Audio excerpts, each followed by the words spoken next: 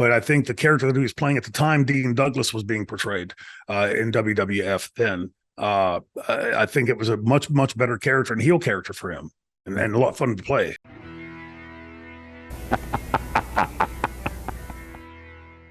Ibzan Arroyo, and he asks, Bob Backlund brought you out to the ring for a couple of matches during your 1995 WWF run. Did the office want him as your manager? Not officially as manager, but because of the type of character that he was playing at that time, which I thought was vastly superior to the Bob Backlund I watched as a kid.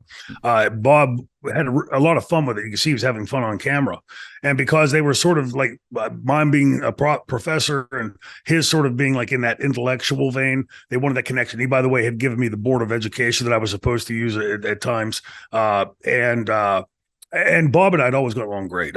I hadn't seen Bob in a while. Every time I did, it was always right back to where we left off. I've always found him to be a great guy. I hear a lot of people in the business, different things, as you hear about all of us in the business from different people. My experiences with Bob were always, there was adulation from my part because I grew up watching Bob. Bob had a really iconic amateur career. And came into wrestling. It was a little bit dry for the wrestling to where it was going at that point. But I think the character that he was playing at the time, Dean Douglas, was being portrayed in WWF then. I think it was a much better character and heel character for him, and a lot of fun to play.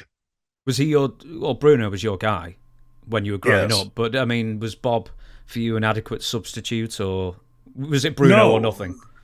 Yeah, well, it wasn't Bruno or nothing, but because he was such an iconic part of the Pittsburgh scene and really the world wrestling scene, right? But for us in Pittsburgh, our Penguins sucked at that time when they were still wearing the blue and white.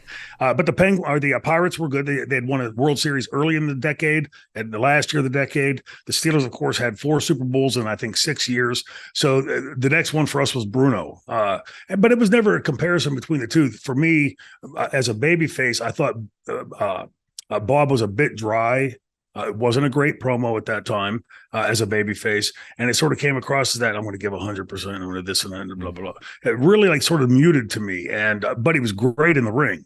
I saw him have a 2-hour Broadway with Don Morocco in the Pittsburgh Civic Arena that I've never seen another 2-hour Broadway since.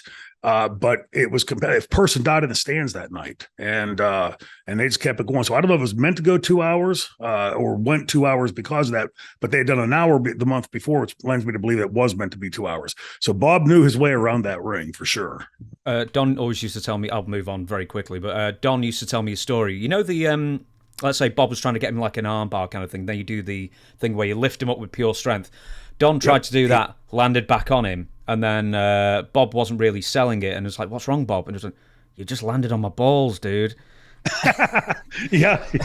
In the Pittsburgh match, the 2-hour Broadway, they put that armbar on when the person died in the stands, and Bob did get him up. And I remember because Bob or Don at the time had to be a good 275, 280, and that's pure dead weight. He can't help you in any way. Just really impressive. But Bob was really into fitness and pretty darn prodigious investor. He invested in oil and stuff way back and made a lot of money with that. So, whatever character he was portraying on screen as compared to Bob Backlund, the real person in life, vastly different.